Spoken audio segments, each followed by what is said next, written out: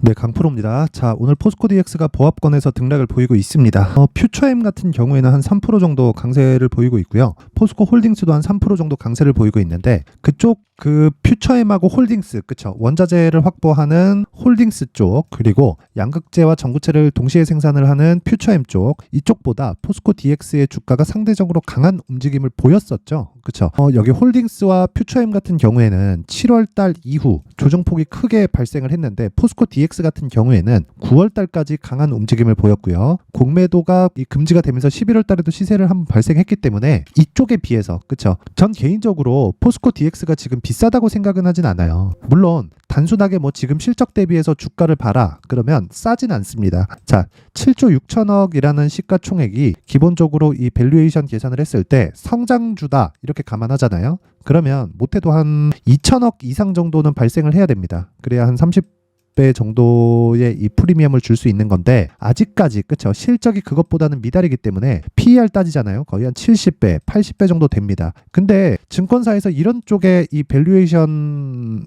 이 계산을 해가지고 낸 자료치고 맞는 경우가 있었나요? 한 번도 안 맞죠. 그래서 증권사에서 매도해야 된다 할 때 주가가 올라가고 매수해야 된다 할 때 주가가 내려가죠. 이런 기준에서 하기 때문에 그렇습니다. 그러면 주가는 왜 오를까요? 앞에 좋을 부분, 즉 앞으로 성장할 부분에 대해서 가격이 먼저 반영하면서 주가가 올라가는 겁니다. 근데 그런 부분을 포스코 DX가 일정 부분 반영을 한 것은 맞지만 지금 하락하고 있는, 그쵸? 12월 들어서 하락하고 있는 건 왜 그렇습니까? 이것 때문에 그래요. 이거 MSCI 패시브 자금이 들어오면서 차익 매물이 발생을 한 거죠. 그리고 또 한 가지가 더 있죠. 양도세. 자, 양도세 회피 물량.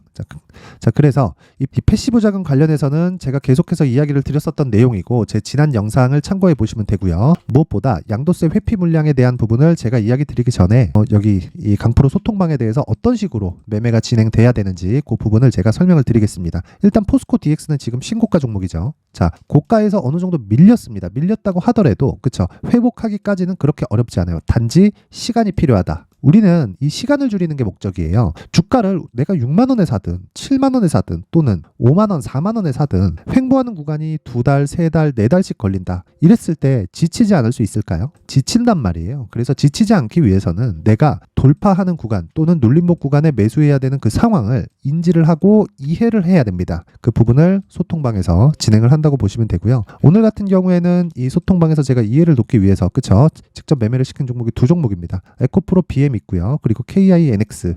그리고 에코프로 BM에 대해서는 뭐 다들 아시는 내용일 테니까 패스를 하고 시간 한번 보시면 KINX가 8시 58분, 그쵸? 12월 15일 8시 58분에 제가 종목이 나갔고요. KI, 자, 이 내용을 보면 오늘 11% 강세를 보이잖아요. 이 상황 왜 나올까요? 그쵸? 올라가는 과정에서 뭐가 나왔어요? 신고가 돌파가 나왔다. 그쵸? 실적 볼까요? 자, 보세요. 금액을 보면 그렇게 커 보이지 않죠. 근데 259억, 올해 예상치가 287억인데 시가총액 한번 볼까요? 4,800억. 그쵸? 그러면 어느 정도가 나오죠? 20배가 채 안 되죠.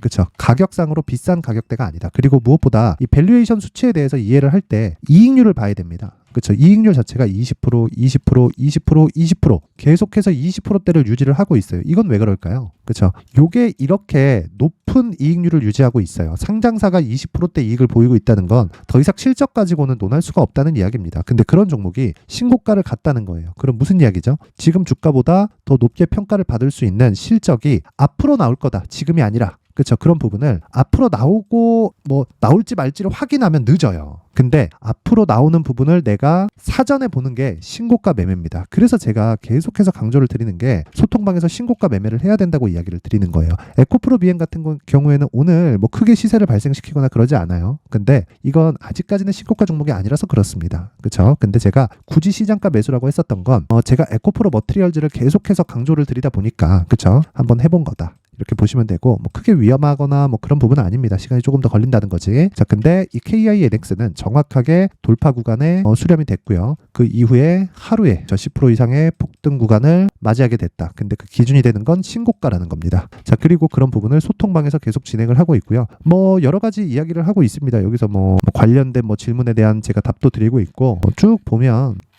종목에 대한 부분, 그쵸? 에코프로 머티리얼즈 12월 11일 날 나가가지고 오늘 20% 급등합니다. 이런 부분들, 부국철강, 부방, 그쵸? 이쪽은 이 정치 테마주들 최근에 강세를 보였으니까 당연히 신고가 종목이죠. 그쵸? 큰 시세를 한 번씩 내고 조정 구간 거치고 다시 가는 구간에 다시 공략하는 게 소통방에서 하는 일이다. 그러면서 제가 신고가 매매를 지속적으로 하고 있다. 그쵸? 근데 이런 종목들을 어떻게 찾는지 궁금하신 분들이 있을 것 같아요. 그래서 제가 수익 모델, 그쵸? 어떤 식으로 매매를 가야 되는지, 그리고 신고가 검색기를 준비를 해놨습니다. 그래서 이 신고가 검색기를 한번 눌러보면 이런 내용이 나와요.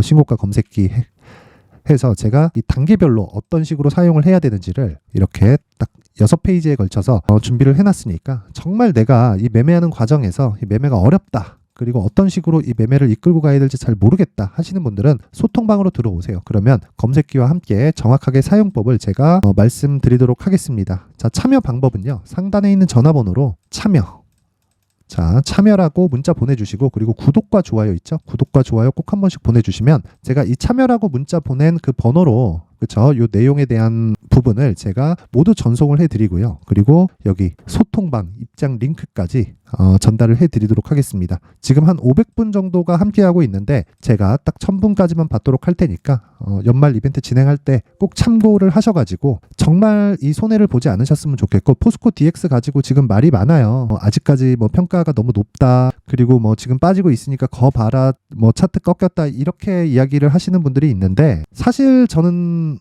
그렇습니다. 포스코 DX는 포스코 그룹 있죠? 포스코 그룹의 공장을 다 맡고 있습니다. 그냥 풀로 다 맡고 있어요. 양극재뿐만 아니라 철강이면 철강, 그쵸? 화학 쪽이면 화학 쪽, 이쪽 다 맡고 있단 말이에요. 그렇다 보니까 이게 어떻게 됩니까? 그쵸? 앞으로 증설을 계속 할 수밖에 없다. 철강 쪽에 증설 안 한다고 쳐볼게요. 그러면 양극재 수요는 앞으로 안 늘어나나? 그걸 에코프로 BM을 통해서 우리가 알 수 있잖아요. 에코프로 BM의 증설 계획을 보면 놀랄 지경입니다. 지금 17만 톤 정도 규모를 확보해 놓은 게 23년 올해예요. 그런데 여기서 딱 50% 정도를 마이너스 치잖아요. 그러면 포스코 퓨처엠의 양극재 생산 규모와 맞습니다. 근데 에코프로 BM의 생산 능력이 27년까지 71만 톤으로 늘어납니다. 한 4배 정도 증가를 해요. 그러면 포스코 퓨처엠은 지금 가만히 있을까요? 늘릴 수밖에 없어요. 그럼 DX에 대한 이 공장에 대한 그 부분은 어쩔 수 없다. 이거는 그냥 정해진 미래다. 근데 거기서 사실 이 아래를 보면 많이 올랐긴 했잖아요. 그 부분에 대한 조정을 어느 정도 받고 있는 거다. 그래서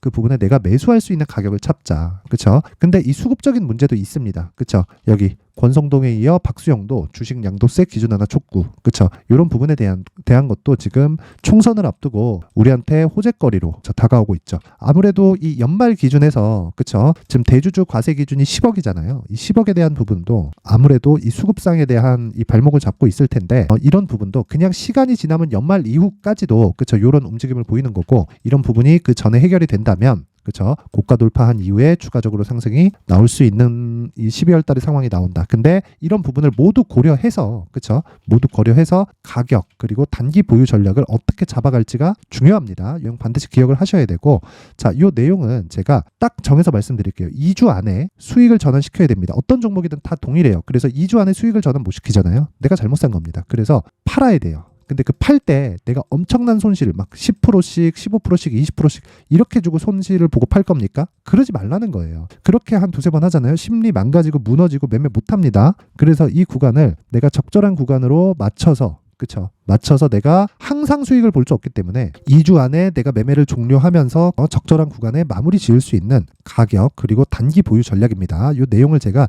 20페이지에 걸쳐서 상세하게 준비를 해놨고, 베이스가 되는 건 당연히 신고가 매매 기법이 포함되어 있는 내용입니다. 그래야 시간을 맞출 수가 있어요. 그쵸? 이 내용, 그쵸? 내용도 딱 구독과 좋아요 눌러주시고요. 저는 채널 성장이 목적이니까 구독과 좋아요 눌러주시고, 상단에 있는 전화번호로 숫자 3이라고 문자 보내주시면 제가 한 분도 빠짐없이 포스코 DX의 가격, 그리고 단기 보유 전략을, 그쵸? 여기 숫자 3이라고 문자 보내주신 그 번호로 순차적으로 공유를 해드리도록 하겠습니다. 자, 정말 모든 분들이 성공 투자를 하셨으면 좋겠고요. 그리고 무엇보다 신고가 매매에 대한 건 100번 강조해도 부족합니다. 그래서 제가 이 신고가 매매 관련해서 이해를 돕기 위해서 연말 그리고 연초에 강세를 보일 수 있는 종목을 준비를 해놨으니까 영상 끝까지 시청하셔서 모든 분들이 성공 투자하셨으면 좋겠습니다. 네, 올 한 해를 뒤돌아보니까 구간별로 큰 수익이 나왔었던 종목들이 꽤 많이 보입니다. 1월 달에는 AI 관련주들이 있었고요. 그리고 2월 달부터는 2차 전지가 계속해서 강세를 보였죠. 자, 그리고 나서 3월 달이 되니까 AI 반도체 관련주들이 신고가를 만들면서 5월 달부터 시세를 큰 폭으로 냈죠. 저가부터 따진다면 한미 반도체와 같은 종목들도 올 한 해 6배 정도의 시세가 나왔습니다. 혹시라도 올해 수익을 보지 못하신 분들이 있다면요, 어떻게 시세가 움직이는지 반드시 익혀 놓으셔야 되고요. 만약에 그런 부분이 아직 준비가 되어 있지 않다면 어중간한 종목들 사고팔고 하지 마시고요. 딱 한 종목에 비중을 제대로 넣어서 확실하게 수익을 보는 방법이 필요합니다. 자, 그래서 제가 23년 12월 달 강프로의 대시세 종목을 준비를 해왔고요. 이 종목은 대기업을 상대로 안정적인 매출 구조를 갖추고 있는 데다가 이 규모가 40%를 넘나들고요. 호황기 때는 50%를 넘나드는 역대급인 이익 구조를 갖추고 있어서 대체 불가능한 기업이라고 보셔야 됩니다. 자, 지금 현재 주요 거래처는요, 삼성전자, 인텔, 하이닉스, TSMC, 엔비디아까지 모든 반도체 업체를 고객사로 확보하고 있는 상황이고요. 이 재무제표 상황을 보면요, 이익률 자체가 넘사벽인 걸 알 수 있습니다. 넘을 수 없다는 거겠죠. 첫 번째 급등 포인트를 보면요, 앞서서 보여드렸었던 실적은요, 23년도 개화 시기에 접어들었었던 AI 반도체 실적이 포함되지 않은 실적입니다. 자, 그런데 올 한 해 개화 시기에 접어들었었던 새로운 반도체 실적치가 더해지면요, 질적인 성장보다 양적인 증가가 함께 이루어지게 되고요. 그런 부분을 한미 반도체가 이미 시세로 보여줬죠. 저가부터 6배 강세를 보인 상황이 있습니다. 강프로의 무료 소통방이죠. 어떻게 매매를 했느냐? 5월 25일 날, 그쵸? ISC를 49,800원에 매수를 했고요. 자, 그리고 나서 2달도 되지 않아서 한 100% 정도의 수익을 만들어냈습니다. 자, 근데 6월 2일 날 내용 한번 확인해 보시면, 자, 한미 반도체 26,000원까지 올려서 잡겠다는 내용이 있죠. ISC와 함께 새로운 반도체 관련 종목입니다. 이때 당시 가격이 25,650원이었는데 그냥 올려서 잡으라는 거겠죠.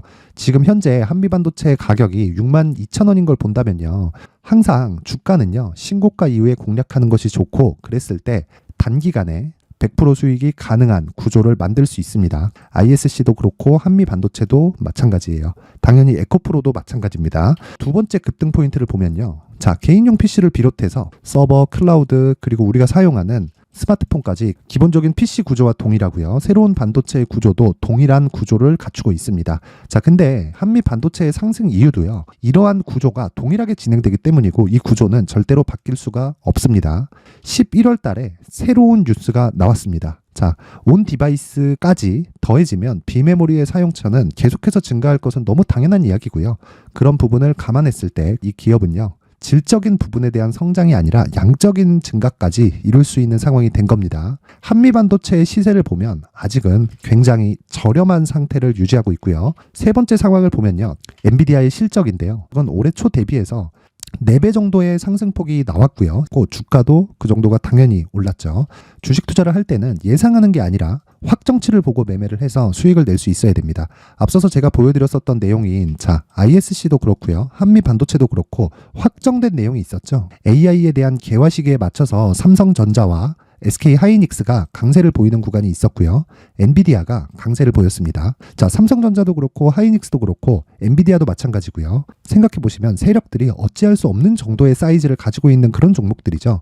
그렇기 때문에 제가 계속해서 이야기를 드리는 겁니다.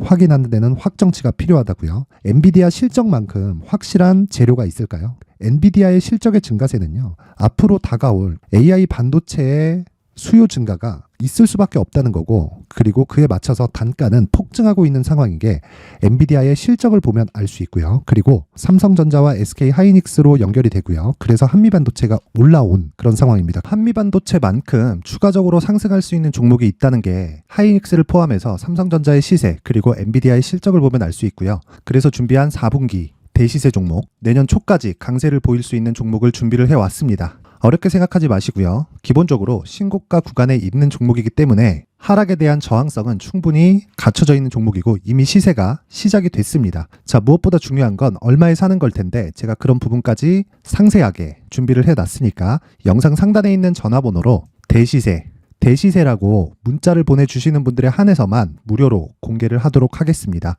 매매하는 과정에서 수익이 잘 안 난다 하시는 분들은 이 종목 딱 받아가서 큰 수익 내셨으면 좋겠습니다.